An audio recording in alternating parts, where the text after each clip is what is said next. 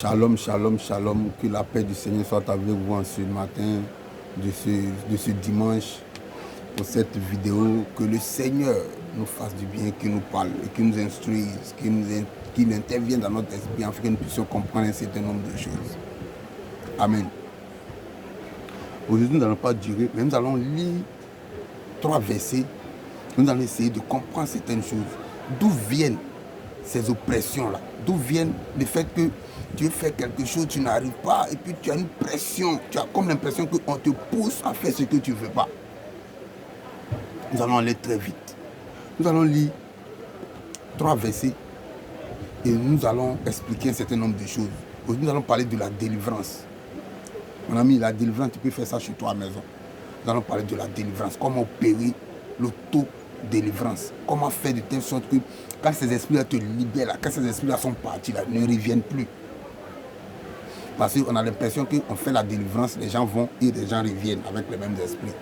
Comment faire? Nous allons lire un verset. D'abord, pour commencer, c'est Matthieu chapitre 12, verset 45. Matthieu 12, verset 45 dit, il va remonter au verset 14, au verset 44, il dit, alors il dit, je retournerai dans la maison d'où je suis sorti, et quand il revient, il la trouve vide, balayée et ornée. Il s'en va prendre avec lui 7, verset 46, ça va prendre avec lui 7 autres esprits plus méchants que lui et entre dans la maison. S'ils établissent la dernière condition de cet homme est pire que la première, et il en sera de même pour cette génération. C'est-à-dire, ce verset-là, Jésus est en train de parler quand on chasse un esprit puis il va là. Comment est-ce qu'il fait? Quand il vient là, qu'est-ce qui se passe? Quand il va prendre d'autres esprits puis il revient. Quand il arrive, qu'il ne peut pas rester là, il s'en va. Mais s'il arrive qu'il a eu place, il rentre. Ça, c'est ce que Jésus est en train de dire. Et nous allons voir Jean 5, le verset 14. Jean 5, verset 14 dit, Jean 5, verset 14. Jean 5, verset 14 dit, depuis, Jean 5, verset 14, depuis, Jésus le trouva dans le temple et lui dit, voici, tu as été guéri. Ne pêche plus de peur qu'il ne t'arrive quelque chose de pire. Ne pêche plus de peur qu'il ne t'arrive quelque chose de pire. Ça, c'est à la piscine de Bethesda. Ça, c'est à la piscine de Bethesda. Voilà, la piscine de Bethesda, quand il a guéri l'homme paralysé, là, qui était couché à la piscine, là. Il lui a dit, tu as été guéri. Ne pêche plus de peur que quelque chose de pire t'arrive. C'est Jésus qui lui dit ça. On lit Jean 8, verset 11. Jean 8, verset 11 dit, elle répondit, non Seigneur. Et Jésus lui dit, je ne te condamne pas non plus, va et ne pêche plus. Ça, c'est la femme qu'ils ont pris, qui était en train de commettre l'adultère, puis ils l'ont envoyée là. Voyez, Jésus dit, moi non plus, je ne te condamne pas, mais va et ne pêche plus. Vous pouvez après lire ces trucs là, parce qu'il ne voulait pas, ces chapitres là, parce qu'il ne veut pas durer dans la vidéo, donc il vous a donné l'essentiel. Ok. On est d'accord sur une chose, que l'homme que Dieu a créé là, au temps de Jésus, aujourd'hui là, le chrétien qui a accepté Jésus, le sang de Jésus l'a lavé, ce gars-là, il ne pêche plus. On est d'accord avec. Le péché peut venir, mais il ne pratique pas le péché. On est d'accord. En son temps, Jésus opérait sous la loi. Écoutez très bien. Il opérait sous la loi. C'est-à-dire Jésus est venu établir son royaume, est venu donner cette nouvelle manière de vivre là, qui est la grâce. Et lorsqu'il était en train d'opérer, il opérait sous la loi. C'est-à-dire Jésus était là, et ça cause ça, quand les gens vont venir lui parler de sabbat et autres choses, ils vont lui parler de certaines choses, il va plus, ce qui entrait dans le cadre de sa mission, il va faire certaines choses qui étaient en liaison avec la loi.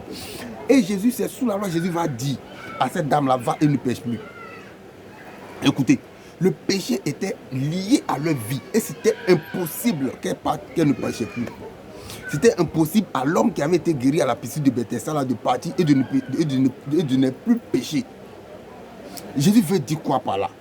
Écoutez-moi très bien. Écoutez-moi très bien et très bien. Abraham va marier une femme qui est Sarah, qui est stérile. Sarah, son fils qui est Isaac, va marier Rebecca, qui est stérile. Rebecca, son fils qui est Jacob, parce qu'il a eu 2 enfants, les jumeaux là. Jacob et Ésaü. Je crois bien, Ésaü. Voilà, Ésaü. Jacob et son frère Ésaü. Jacob, sa femme, l'une de ses femmes sera stérile. Vous comprenez? Ce n'est pas le hasard. Comprenez ceci. Il y a certaines choses qui nous suivent. Depuis des ancêtres, ça te suit. Il y a certains comportements qui viennent dans ta vie, qui te pressent. Ce n'est pas toi. C'est pourquoi les gens vont demander à Jésus, est-ce que cet homme-là, il a péché ou bien ce sont ses parents? Parce qu'il y a des liens qui quittent depuis des temps anciens et qui nous suivent.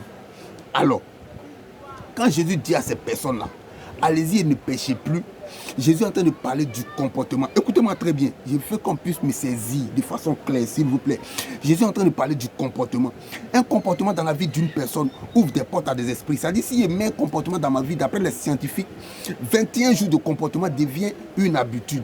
Et l'habitude, quand l'habitude est installée, un esprit qui aime l'habitude s'installe en toi. C'est pour ça que Dieu nous appelle à vivre sainement, comme il le dit. Parce que si nous apprenons à vivre comme Jésus le dit, à vivre sainement, un bon esprit va nous habiter et le Saint-Esprit va pouvoir nous conduire de façon extraordinaire. C'est comme ça. Donc, dans l'autre cas, des esprits vont venir. S'il me m'a menti, 21 jours d'après les scientifiques, quelque temps après, le mensonge va prendre place dans ma vie et l'esprit de mensonge va venir bien habiter. Et quand l'esprit de mensonge va venir habiter, je vais mentir avec plaisir parce que là, je suis conduit par un esprit. Je veux que vous puissiez me comprendre de façon claire. C'est de ça qu'il s'agit. Alors, le comportement, c'est quoi? Tu commences à faire certaines choses qui ne sont pas bonnes. On te parle, tu n'écoutes pas. Tu parles, on te parle, tu n'écoutes pas. Tu continues. Arrivé à un certain moment, tu ne seras plus à la base. Mais l'esprit va venir habiter. Et quand l'esprit vient habiter, c'est lui qui conduit. Et tu vas commencer à trouver tout normal. Tu vas trouver tout normal. C'est pour ça que Jésus va dire aux gens là, allez-y et ne péchez plus. En disant ne péchez plus, allez-y et ne continuez plus dans ce comportement qui vous a mené à cela. Comprenez-moi très bien. Allez-y et ne retournez plus à ce comportement qui vous a mené dans cette maladie. Allez-y et ne retournez plus à ce comportement qui vous a mené dans tel. Parce que si vous allez et que vous retenez dans ces choses-là, moi j'ai prié pour vous, les esprits sont partis. Mais ces choses-là vont revenir. Et comment faire pour que lorsque on a fini de prier pour toi, ou lorsque toi-même tu as fini de prier pour toi chez toi à la maison, comment il faut faire pour ne pas que les esprits reviennent encore? C'est de ça que je vais vous parler. Écoutez, quand Dieu dit à David, je livre tes ennemis entre tes mains, à David, le lendemain, David va combattre de façon physique. Écoutez-moi très bien. Quand Dieu dit à David, je livre tes ennemis entre tes mains, le lendemain, il y a un combat. Allez-y, lisez le livre de Samuel et des rois. Vous allez voir que le lendemain, quand Dieu lui dit, il va faire un combat. Mais pourquoi Dieu dit, j'ai livré tes ennemis entre tes mains, donc il n'y a plus de combat à faire. Mais il va faire un combat physique pour les vaincre. Ça veut dire quoi? Quand le spirituel est dégagé, il y a un combat physique qui est engagé. Et le combat physique, c'est quoi? Quand Dieu vient et qu'il opère le miracle, qui chasse l'esprit, toi, quand tu retournes chez toi, le comportement que tu as eu avant que les esprits ne viennent habiter en toi, le comportement que tu as eu afin que tu n'ouvres les portes à ces esprits-là, tu fais un comportement contraire. Vous comprenez? Un comportement contraire. Si c'est le mensonge que j'avais fait pendant des temps, et puis je suis arrivé maintenant à être habité par un esprit de mensonge, Jésus l'a chassé. Alors, je commence à vivre la vérité. Parce que c'est la vérité qui va prendre place, qui va chasser l'esprit. Parce que l'esprit de mensonge, les esprits se nourrissent de nos comportements. Écoutez très bien, l'esprit de mensonge va venir en toi, va venir habiter en toi. L'esprit de vol va venir habiter en toi parce qu'il se nourrit de ce que tu produis. C'est sa nourriture. Alors, s'il ne gagne plus de nourriture, automatiquement, il va quitter ta vie. Puisqu'il ne gagne plus de nourriture, il ne gagne plus à manger, il va partir. Mais tant qu'il va venir, qu'il va trouver la nourriture, il sera toujours là. Comprenez, c'est de ça qu'il s'agit. Donc ne pensez pas que quand vous partez à l'église, qu'on prie pour vous, que vous venez, que vous ressentez ces mêmes choses. Vous pensez que l'esprit est parti. L'esprit, lui, il est parti. Mais tu as un combat à faire. Et ton combat physique, c'est de t'appliquer à faire tout ce qui est bon jusqu'à ce que ce qui a été détruit soit rétabli. Je veux me faire comprendre, s'il vous plaît. Cette vidéo est très importante. Ça va nous aider. Parce que quand on fait la délivrance, vous venez, après c'est les mêmes choses, vous ne comprenez pas. Vous devez faire un combat physique. Ce combat physique consiste à quoi? Le combat que excusez-moi. Ce que tu as eu, qui a poussé ces esprits à venir dans ta vie, tu le combats de façon contraire. Si j'ai menti jusqu'à ce qu'ils sont venus, quand j'ai fini ma délivrance, je dois dire la vérité jusqu'à ce que la vérité prenne sa place. C'est de ça qu'il s'agit. C'est de ça qu'il s'agit. C'est de ça qu'il s'agit. J'ai développé autre chose encore où j'ai parlé des esprits qui viennent. Les oppressions là viennent d'où? Je vais vous parler des oppressions. Vous comprenez? Quand tu as mis ces choses là dans ton corps, dans ton esprit, que tu n'as pas pu les vaincre, quand tu fais un enfant, ton enfant va manifester les mêmes comportements. Pourquoi? Parce que c'est ton sang qui a coulé, qui coule dans ton enfant. Alors les comportements vont venir. Donc arrivé un moment de sa vie, ces choses vont le presser, puisque c'est toi qui vivais ainsi. Tu comprends? Donc ces choses vont le presser. Et si l'enfant n'est pas fort, si l'enfant n'a pas connu le Seigneur, cet enfant va rentrer dans les mêmes choses que son père. C'est pour cela qu'on dit, le monsieur là, il fait pareil que son papa. Ou bien l'enfant là, il fait pareil que son papa. Son papa était tel, l'enfant il est tel. C'est le comportement qui ouvre la porte à des esprits qui interviennent et qui te suivent. Ils vont te suivre, vont suivre ton enfant, ils vont suivre tes petits enfants qui vont venir. À toi de mettre fin à cela. À toi d'apporter de bons comportements, de bonnes choses dans ta vie, afin que lorsque tu vas faire tes enfants vont manifester ces choses-là déjà, pour que lorsqu'ils seront convertis, pour que lorsque le Seigneur va venir déjà, il y a déjà une base. Vous comprenez? C'est de ça qu'il s'agit. C'est de ça que je voulais vous parler. Pour que vous sachiez que la délivrance, lorsqu'un homme de Dieu a prié pour toi, les démons sont partis. Parce que les démons ne peuvent pas résister au nom de Jésus. Ce n'est pas possible. Ils sont partis. Mais il y a un combat que toi-même tu dois mener chaque jour. Tu dois mener jusqu'à ce que tu retrouves ta perfection d'avant. Jusqu'à ce que tu retrouves ce que tu avais avant ou bien ton comportement d'avant. Pour que ces esprits-là puissent te libérer. Alléluia. Alléluia. C'est comme ça. C'est comme ça. Je ne vais pas durer, mais je ressens des choses que je vais livrer. Si tu te sens dedans, en tout cas, que le Seigneur te bénisse. Que le Seigneur te bénisse. Que le Seigneur te bénisse. Que le Seigneur te bénisse. Écoute-moi très bien. Tu vas prendre la vidéo en marche. Je ne sais pas comment tu vas faire, puis tu vas tomber dessus. Mais je sens dans mon esprit très fort que tu dormais. Tu dormais. Et puis tu as couché avec un homme. Tu es homme. Et tu as couché avec un homme. Et depuis ce temps, tu te sens rapproché des hommes plus que des femmes.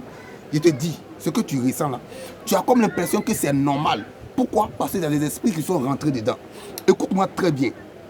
Écoute-moi très bien. Ce que tu vis là n'est pas normal. Cela ne vient pas de Dieu. Cela ne vient pas de Dieu. Un esprit à la base est initié à l'homosexualité. Et pendant que je suis en train de parler,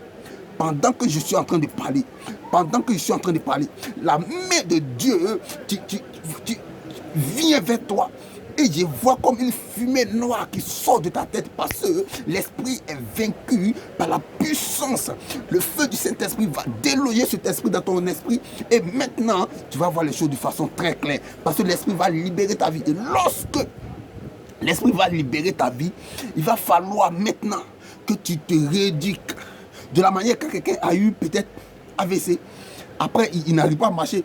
On a fait quelqu'un pour le faire, pour l'apprendre à marcher. Rééducation. Ça veut dire, après ce temps-là, il va falloir que tu commences à libérer cela de ton cœur. Que tu commences à avoir la haine.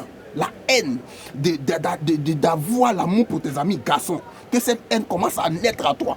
Quand cette haine va commencer à naître en toi, tu vas voir que l'esprit qui habitait en toi, qui a été chassé, ces comportements-là vont commencer à partir.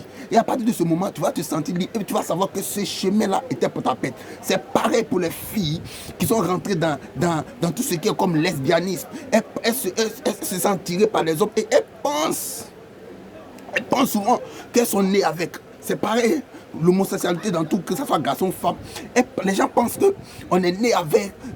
La Bible dit, écoutez très bien, la Bible dit, ni les efféminés, n'hériteront pas le royaume des cieux. Les efféminés. Ils n'ont pas dit quelqu'un même qui est gay ou bien quelque chose d'efféminé, tu fais comme femme là. Il dit tu n'iras pas au ciel. Ça veut dire quoi? Ça veut dire que ces comportements, c'est nous qui les créons. Écoutez, tu as fait certaines choses, tu as commencé à te comporter comme femme, et pour finir, tu as fait des mèches. Écoute-moi très bien. Cela ne vient pas de Dieu. Tu vas t'asseoir à l'église souvent. Tu as comme l'impression que tout est bon dans ton esprit, dans ton corps. Quand on prie, les gens tombent, tu ne tombes pas. Écoute, ce comportement-là, quand l'esprit arrive à un certain niveau, quand les gens commencent à prier, il sort de façon très simple. Il ne fait pas de bruit, il va. Il ne va pas te faire tomber. Il sort de façon simple. Tu peux bailler et puis il est parti. Lui, il est parti. Mais toi, puisque ce comportement en toi, c'est ta manière de vivre, c'est ta manière de voir, quand tu arrives à la maison, il revient. Et puis tu te sens à l'aise encore dans la chose et tu continues. Je suis en train de te parler. Pendant que je suis en train de parler, pendant que tu entends ma voix, la puissance de Dieu vient en toi et détruit cet esprit. La puissance de Dieu vient en toi et cet esprit fléchit chez nous. La puissance de Dieu vient en toi et cet esprit part, libère prise. Cet esprit libère prise. Cet esprit part, libère ton cœur, libère ta vie au nom de Jésus. Cet esprit te libère. Ce que je te recommande, frère, sœur, vous qui êtes rentrés dans des liens que vous ne comprenez pas. Le retour est entre vos mains. Le retour est entre vos mains. Le retour est entre vos mains. Jésus a dit à ces hommes-là, allez-y et ne péchez plus. Simplement, il est en train de leur dire, allez-y et ne commettez plus les mêmes choses là qui vous ont mené dans ces choses. Je vous dis aujourd'hui, allez-y. Christ vous a libéré. Tu peux faire ta délivrance à la maison. Tu peux t'imposer la main avec la puissance de Dieu. Dieu vient et libère l'esprit. Il chasse l'esprit. Et quand l'esprit est parti, toi, va et ne pêche plus. Toi, va et ne recommande pas les mêmes comportements. Va et ne recommande plus les mêmes comportements. Si tu te sens femme, c'est le moment de te mettre en compagnie de tes amis garçons et de marcher avec eux pour que ce truc-là puisse te libérer carrément parce que c'est le comportement que tu as mis en toi. Le travail là n'est pas aussi simple que ça, mais il n'est pas difficile parce que Christ t'a libéré de ces forces-là. Christ les a nettoyés, il les a détruits depuis la croix, il les a cloués et te rend libre. Et je déclare sur ta vie la liberté au nom de Jésus. Je déclare sur ta vie la liberté au nom de Jésus. Alors, Christ nous a donné le pouvoir de marcher sur les scorpions, sur les serpents et sur toute la puissance de l'ennemi. C'est pourquoi je déclare que tu vaincs tes ennemis. Je déclare que tu marches sur la tête de cet esprit. Je déclare que cet esprit n'a plus d'autorité sur ta vie.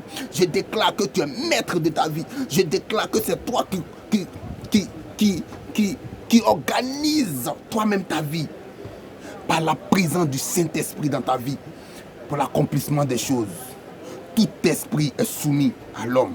Même si la Bible dit l'esprit du prophète lui est soumis. Donc tout esprit qui va venir t'est soumis. Parce que Dieu t'a donné l'autorité d'avoir la chair. Et cette chair-là te permet de contrôler un certain nombre de choses. Parce que toi tu es physique. Et tu peux contrôler des esprits. Donc, quand ils sont chassés, tu as un travail à faire.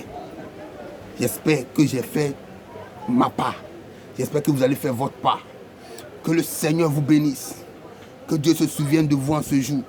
Que Dieu coupe les chaînes. Que les chaînes tombent. Et que la grâce du Seigneur soit dans vos vies. Que la grâce du Seigneur soit dans vos vies. Ce que vous ne comprenez pas, je vous ai toujours dit. Amenez-moi cela en commentaire pour qu'on puisse expliquer certaines choses encore. C'est la grâce de Dieu qui fait. Nous sommes pareils, nous sommes des humains, nous sommes des enfants de Dieu. C'est la grâce de Dieu qui fait que nous puissions comprendre un certain nombre de choses et essayer de partager avec vous. Que Dieu bénisse votre semaine. Que Dieu se souvienne de vos familles. Que Dieu se souvienne de votre nation, quel que soit où vous êtes. Que la paix du Seigneur soit avec vous. Shalom, shalom, shalom. Amen. Merci Seigneur pour ce moment. Éternel Dieu, nous prions Père que tu te souviennes de tes enfants Seigneur. Que tu apportes ce que tu as apporté, que tu leur donnes la force, Père, de continuer leur délivrance progressive dans leur vie, dans leur maison, dans leur famille, et qu'ils soient des champions, et que le diable ait honte au nom de Jésus. Amen.